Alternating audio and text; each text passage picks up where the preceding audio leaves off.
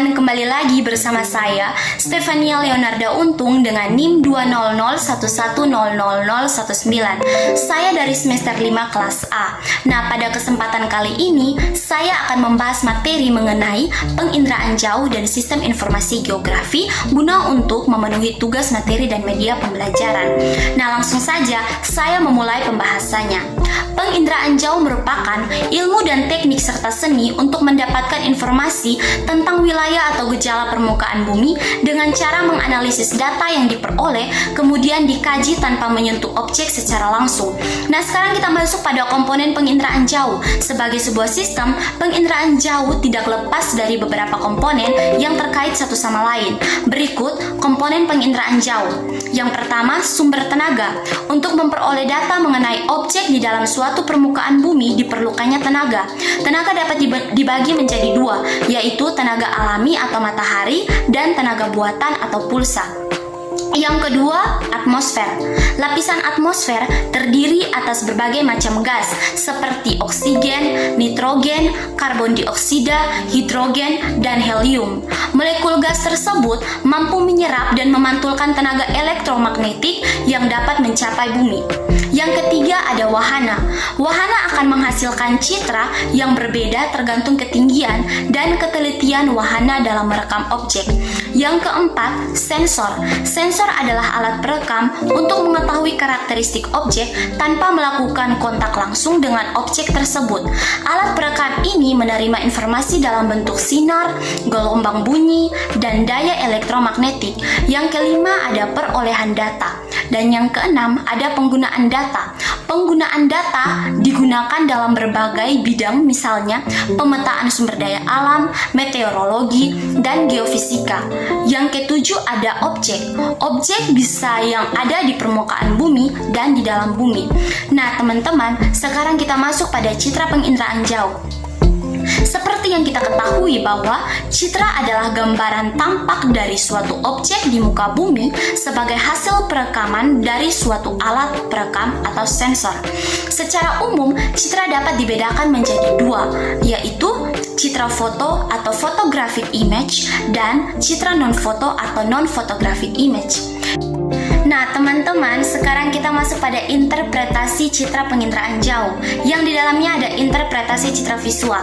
Nah, interpretasi citra visual sendiri dibagi menjadi 9, yaitu yang pertama, rona dan warna atau tone and color, yaitu tingkat kecerahan atau kegelapan suatu objek. Yang kedua ada bentuk, yang di dalamnya ada gambar yang terdapat pada foto udara.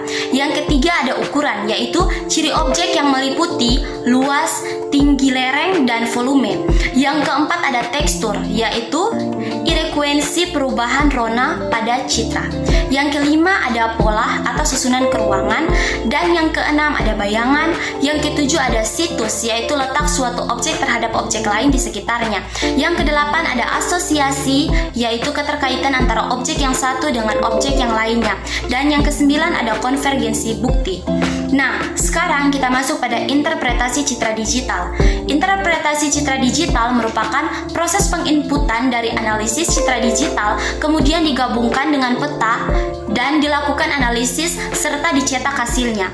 Nah, teman-teman, sekarang kita masuk pada pembahasan yang kedua, yaitu mengenai sistem informasi geografi atau biasa yang disebut dengan SIG. Sistem informasi geografi itu sendiri merupakan suatu sistem yang berbasis komputer yang digunakan untuk memasukkan, mengelola, menyimpan, memanggil, dan menampilkan informasi berdasarkan pada orientasi ruang. Nah, sekarang kita masuk pada subsistem informasi geografi, yang di dalamnya terdapat 3, yaitu yang pertama, memasukkan data atau input, yang berfungsi untuk mengumpulkan dan memproses data spasial geografi yang dapat mendukung topik geografi yang akan diinformasikan. Contohnya, foto udara, citra satelit, hasil survei, dan data sensus. Yang kedua, pengolahan data. Subsistem ini berfungsi untuk mengorganisasi data ke dalam basis data sehingga mudah untuk dipanggil kembali, edit, dan diperbaharui.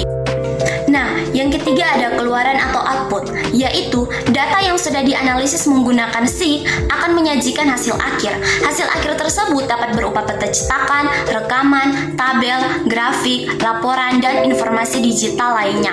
Nah, sekarang kita masuk pada komponen sistem informasi geografi. Sistem informasi geografi menjadi dasar bagi para pembuat keputusan yang berhubungan dengan perencanaan tata ruang suatu wilayah. Berikut komponen sistem informasi geografi terbagi menjadi 5, yaitu yang pertama people atau manusia, yaitu orang yang menjalankan sistem meliputi orang yang mengoperasinya, mengembangkan, bahkan memperoleh manfaat dari sistem. Yang kedua, aplikasi. Aplikasi merupakan prosedur yang digunakan untuk mengolah data menjadi informasi, misalnya penjumlahan, klasifikasi, rotasi, koreksi, dan geometri. Yang ketiga ada data. Data yang digunakan dalam sistem informasi geografi yang berupa data grafis dan data atribut. Yang keempat ada software, adalah perangkat lunak sistem informasi geografi yang berupa program aplikasi yang memiliki kemampuan pengolahan, penyimpanan, pemrosesan, analisis, dan penayangan data spasial. Contohnya pada ArcGIS, ArcView, and MapInfo. Nah, yang kelima ada hardware, yaitu perangkat keras yang dibutuhkan untuk menjalankan sistem berupa perangkat komputer, printer, scanner, digitizer, plotter, dan perangkat pendukung lainnya. Dari penjelasan di atas, terdapat informasi baru yang kalian peroleh, terutama informasi mengenai sistem penginderaan jauh dan sistem informasi geografi. Semoga penjelasan tersebut bisa menambah wawasan dan pengetahuan kalian. And don't forget to like this video, and by the way, thank you for watching. See ya!